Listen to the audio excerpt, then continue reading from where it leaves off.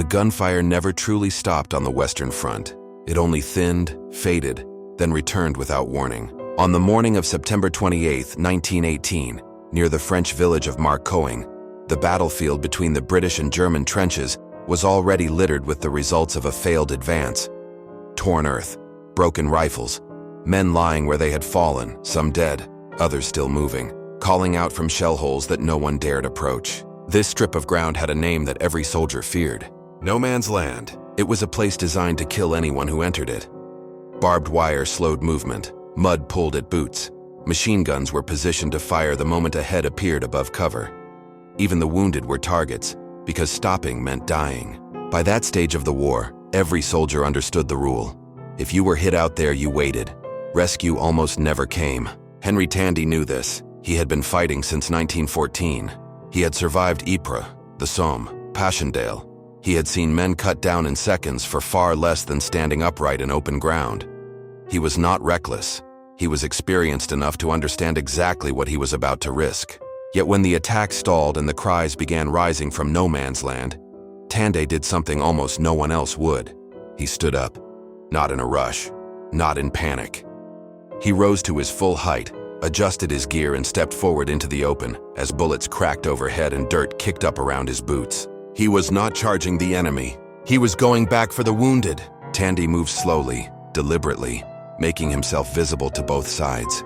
He dropped into shell holes, lifted injured men who could not move, and dragged them toward the British lines. Each trip took minutes.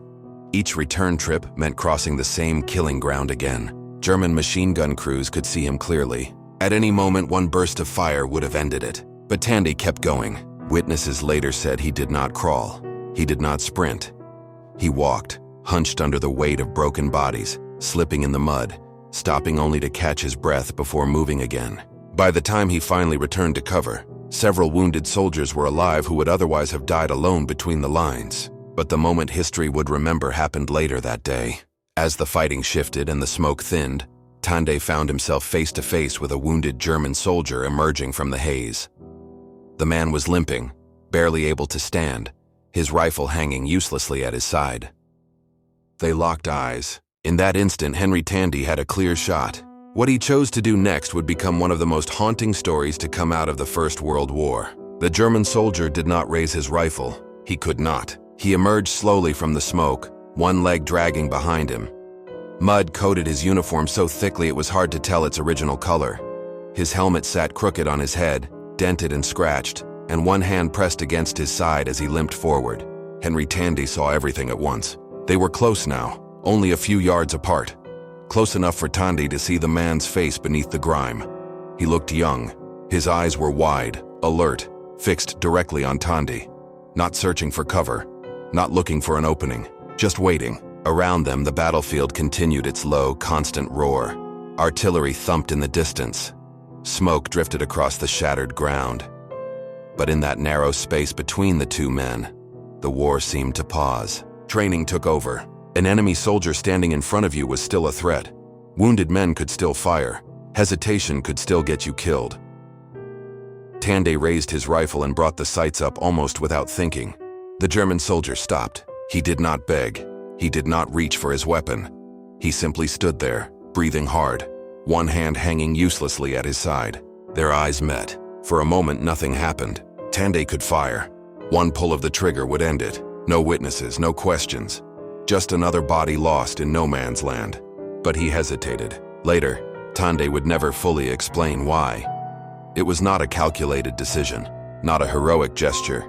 It was instinct, a sudden understanding that this man was no longer part of the fight. Slowly, deliberately, Henry Tandey lowered his rifle. The German soldier blinked in disbelief. Then he nodded once. A small, restrained gesture. Acknowledgement. Without another word, he turned and limped back into the smoke, disappearing toward the German lines. The moment was gone. Gunfire surged back in. Orders were shouted. The battlefield reclaimed its noise and violence. Tandey turned away and went back to the wounded, dragging men from shell holes until his arms burned and his legs trembled. By nightfall, the British advance at Marcoing had succeeded. The Germans withdrew. The line moved forward again. Henry Tandey would later be awarded the Victoria Cross for that day. officially recognized for his repeated journeys into no man's land under fire. Nothing in the citation mentioned the German soldier, but the decision not to fire had not vanished with the smoke, because the man Tandey spared survived. And years later, that single moment would return to history in a way no one could have imagined. The war did not end that day. It dragged on for weeks, then months before finally collapsing into silence. Like millions of others, Henry Tandey returned home carrying memories he rarely spoke about. Marcoing became just another name folded into the long shadow of the war. Years passed. The world changed. By the late 1930s, Europe stood on the edge of another catastrophe.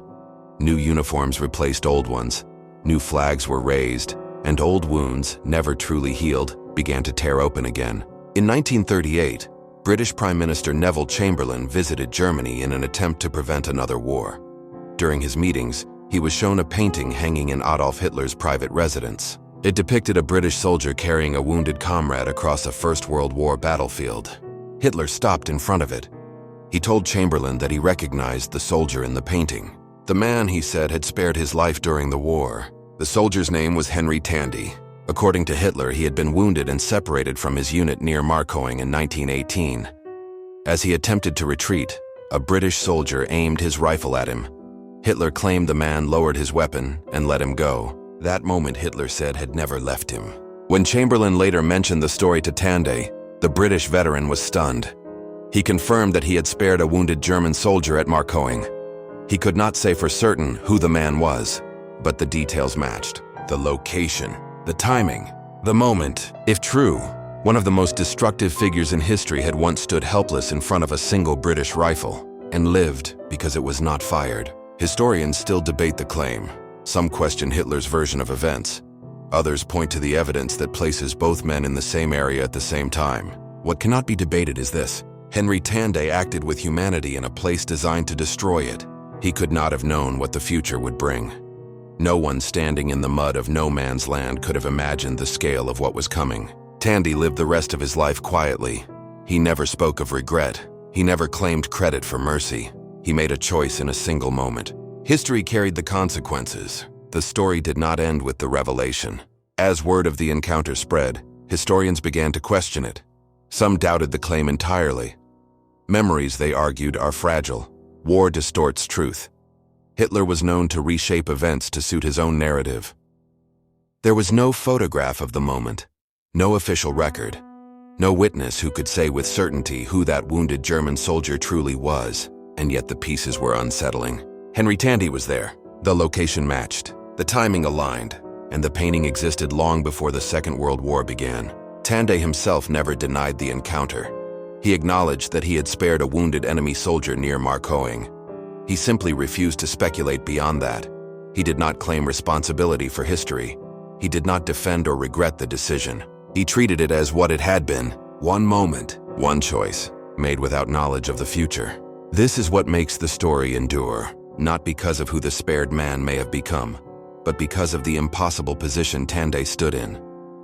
War trained soldiers to act without hesitation, to reduce lives to targets, to survive by instinct. Yet in that brief silence between gunfire, Henry Tandey chose restraint. If the story is true, it challenges something deeply uncomfortable. That history can pivot not only on grand strategies and leaders, but on ordinary people acting in moments no one else sees. And if the story is not true, it still carries meaning, because thousands of soldiers faced similar moments. Most went unrecorded, most were forgotten. Mercy and brutality existed side by side in the mud, shaped by fear, exhaustion, and chance. Henry Tandey lived the rest of his life quietly. He never sought attention. He never capitalized on the story. When asked, he spoke little. He had done what he believed was right in that moment. History did the rest. History often asks simple questions with impossible answers. What if the rifle had fired? What if the moment had passed differently? What if mercy had never entered the space between those two men? These questions follow the story because they cannot be resolved. Henry Tandey never knew the future. Standing in the mud of no man's land, he could not see decades ahead. He could not imagine another war, greater in scale, darker in consequence. He saw only what was in front of him: a wounded man, a paused moment, a decision that had to be made without certainty. That is the truth history rarely allows. We judge the past with knowledge the past did not possess. If the story is true, then one of the most destructive paths in human history passed briefly through the hands of an ordinary soldier and continued because of restraint. If the story is not true, it still reflects something real.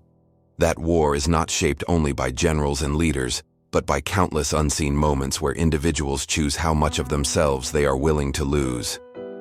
Henry Tandey did not act as a symbol. He did not act for history. He acted as a man exhausted by violence, responding to another human being in front of him. Mercy, in war, is rarely celebrated. It leaves no clear victory, no proof, no certainty. It exists only in memory, often doubted, often forgotten, and yet it persists. Because the question this story leaves us with is not about what Tandey should have done. It is about what responsibility means when outcomes are unknowable. Whether moral action is defined by results or by the moment itself. Henry Tandey lived quietly and died without a claim. The war moved on, history moved on. But the choice remained, between fear and restraint, between instinct and humanity, between pulling a trigger and lowering it. And that space, however brief, is where the human story endures.